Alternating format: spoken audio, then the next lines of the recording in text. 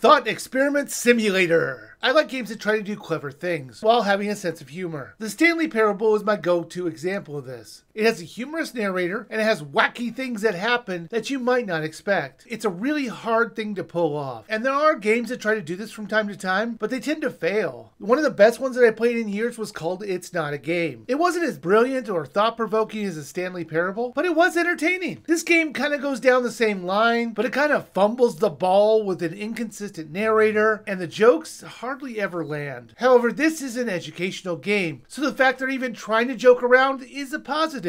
These are all small games based on famous thought experiments. For example, the Trolley Problem. In the most simple layout, there are 2 tracks, and you have to choose the direction the trolley's going to go. On one track, it might be your best friend, and the other one, your mom, and you have to decide who's going to die. There's all kinds of setups, like are you going to sacrifice 5 strangers or save a loved one? You get the idea. In this game, they'll give you those choices, as well as a bunch of goofy ones, which I'm sure you're supposed to laugh at, but I never did. There were no right answers to any of these thought experiments. There are 15 thought experiments to do, and I had heard of most of these challenges before. There were a couple that were new to me, like Brain in a Vat, which is supposed to question reality, or Veil of Ignorance, which has you blindly making choices without knowing the consequences. These experiments are all explored while you're doing mini games. Some of them work with the idea that's being discussed, but more often than not, they're just kind of stretching the idea to make it playable. Schrodinger's cat was just a mess of an idea. There's really no actual way to do this, so they made it a matching game and put in a psychedelic trip at the end. It was just dumb. There was a story mode which had you do each experiment. Each experiment has a certain number of stars to get. It was usually around 3. If you get them all, nothing happens. If you don't get them all, nothing happens. The game is more concerned about you exploring the themes of the experiment that they're doing, and not so much about the game itself.